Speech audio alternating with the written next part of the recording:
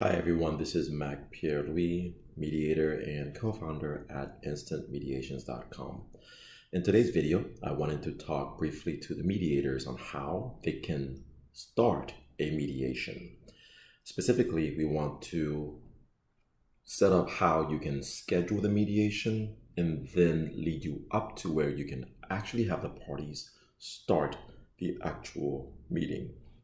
Okay, so most of the time, you should just start off on the instantmediations.com website and go to Start Mediation. And here we have Join, where the parties can click Join to enter their 9-digit Zoom ID to start the mediation. We have Mediator, where the mediator can begin a meeting instantly. And we have Sign In, where the mediator can sign into their account to actually schedule the mediation. Let's go ahead and click sign in to show you how to schedule the mediation.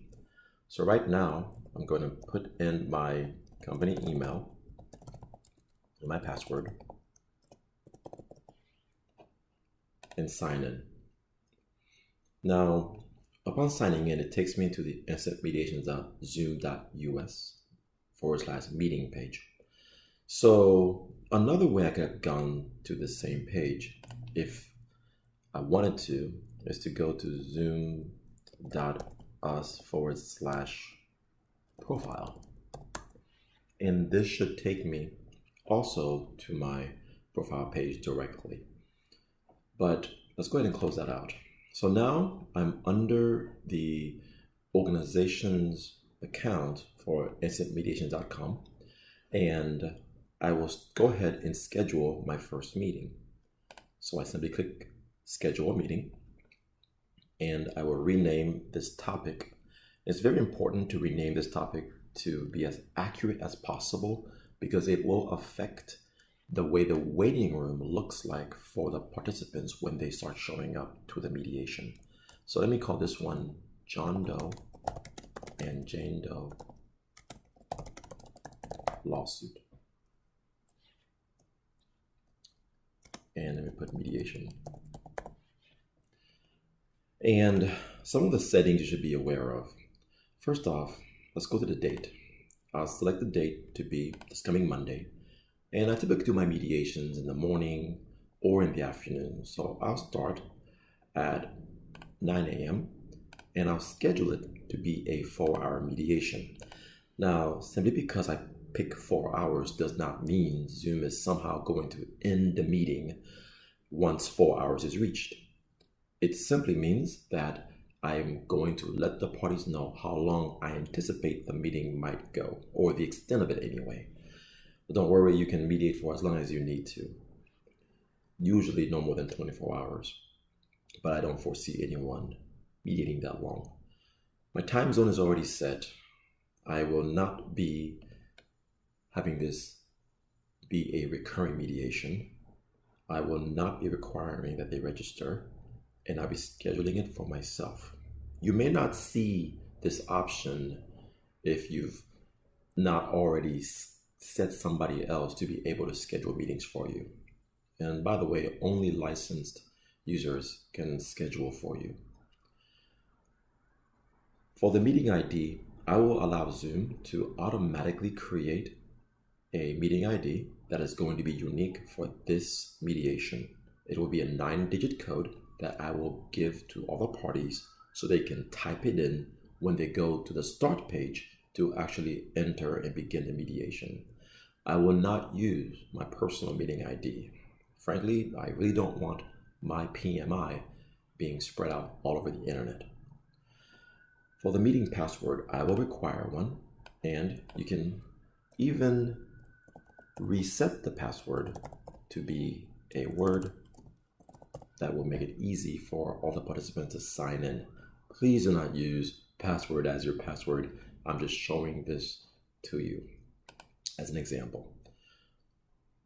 For the video, I want both the host and the participants to be on right when the mediation begins. I don't want to have to haggle with the parties to explain to them why they need to turn on their video or how they should do it. it will already be on because I want to see the parties.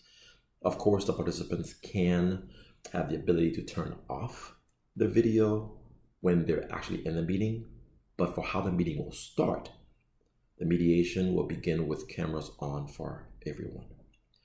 With regards to the audio, I want to give the participants flexibility in being able to communicate with me by audio however they need to.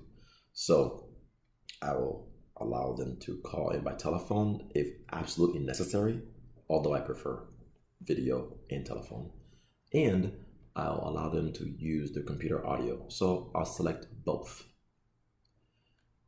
Next, for the meeting options, I will not enable join before host because I don't want my participants to be showing up before I do. I will not select mute participants upon entry because I want everyone to be able to hear everyone else right at the beginning of the mediation. And also, I don't want to be spending the first 5 minutes telling people how to unmute themselves. I'd rather we all just hear each other from the very beginning. Next, I will enable the waiting room so that the parties, as they show up one by one, they will go see my waiting room area, which will tell them that the meeting is about to begin. And I will then allow them entry into the main session by accepting them through the admissions option. Next, I will not select that only authenticated users can join. I will select the breakout rooms pre-assignment, and I will not select record the meeting automatically. Finally, if I'm going to have a co-host to help me mediate this, I will type their email in right here, and they will have the same flexibility and powers I do as the host during the mediation. And because I'm not foreseeing a language barrier in this mediation, I will not select enable language interpretation.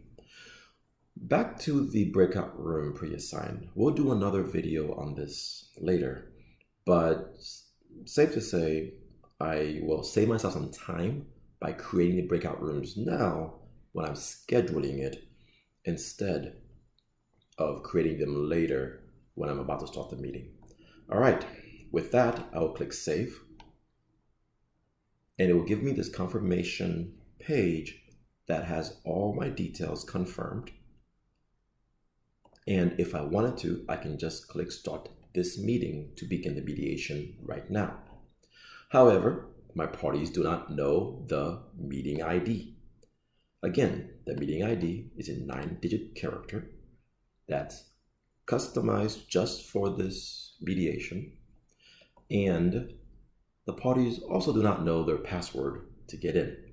So I will share with the parties the invite link. I can text it to them, email it to them, I can send it in a letter. It doesn't matter. They just need to know the link. Actually, they simply need to know the 9 digits at the end of the link, because that is the most important part of the code that Zoom needs in order to let them enter the mediation. I can of course click copy the invitation so that all the information, including the dial-in telephone numbers for anyone who might be appearing by telephone, will be there so that they'll be able to easily have everything they need to be able to show up and start the mediation promptly. I would click copy meeting invitation. It's copied to my clipboard.